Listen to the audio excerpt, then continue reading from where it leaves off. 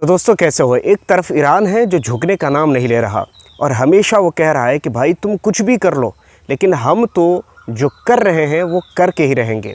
Iran किसी की सुन नहीं रहा, अमेरिका के लिए सरदर्द बन चुका और वो खुलकर कह रहा है कि हम बनाएंगे और हम करेंगे और वही करेंगे जो हम कर रहे हैं। अब इस चीज़ को समझने के लिए थोड़ा पीछे चलते हैं। अभी हाल फिलहाल में संयुक्त राष्ट्र के एक अहम अधिकारी को, एक बड़े अधिकारी को ईरान ने निलंबित कर दिया है। और जैसा कि आपने देखा, ईरान ने अभी छोटी छोटी चीज़ों पर इतना ज़्यादा ध्यान देना शुरू कर दिया है। अब अगर ऐसे ही मामला आ रहा तो फिर जाहिर बात है ईरान एक न एक दिन जिस चीज़ को वो चाह रहा है वहाँ तक वो पहुँच जाएगा। इस चीज़ की ज़्यादा आशंका है। उसके पीछे वजह यह है, और अगर ईरान आज तक और अगर उसके और पीछे चले तो ईरान शायद आज तक बर्बाद ही इसीलिए होता रहा क्योंकि उसी के बीच छुपे हुए गद्दार उसे तबाह कर रहे थे, उसे बर्बाद कर रहे थे।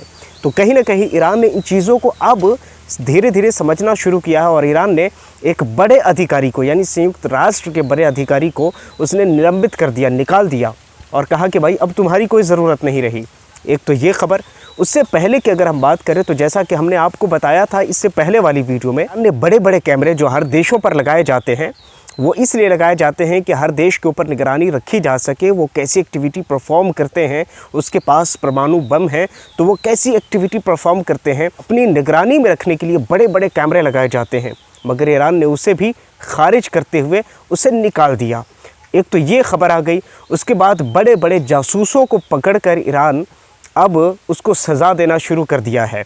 अब इसी के साथ एक ख़बर निकल कर सामने आ रही है कि एक बड़े उत्तराधिकारी को ईरान ने निकाल कर, और ये खामोश यानी कि एक साइलेंट मैसेज पूरी दुनिया को वो देना चाहते हैं कि हम कार्यक्रम को तो रोकेंगे नहीं, कार्यक्रम जो हमारा चल रहा है हम उसे चलने देंगे और वो चलेगा, लेकिन हाँ अब उस तरीके से नहीं चलेगा जिस तरीके से पहले चलता था।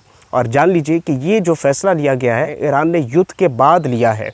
तो इस चीज़ से कहीं ना कहीं एक बहुत गहरा मैसेज दुनिया को जाता है। इसके साथ ईरान पूरी दुनिया को ये बताना चाहता है कि चाहे जो हो जाए हम जो चाहते हैं वो करके रहेंगे, चाहे अमेरिका हो या इजराइल, लेकिन हम किसी के रोकने से रुकने वाले नहीं हैं।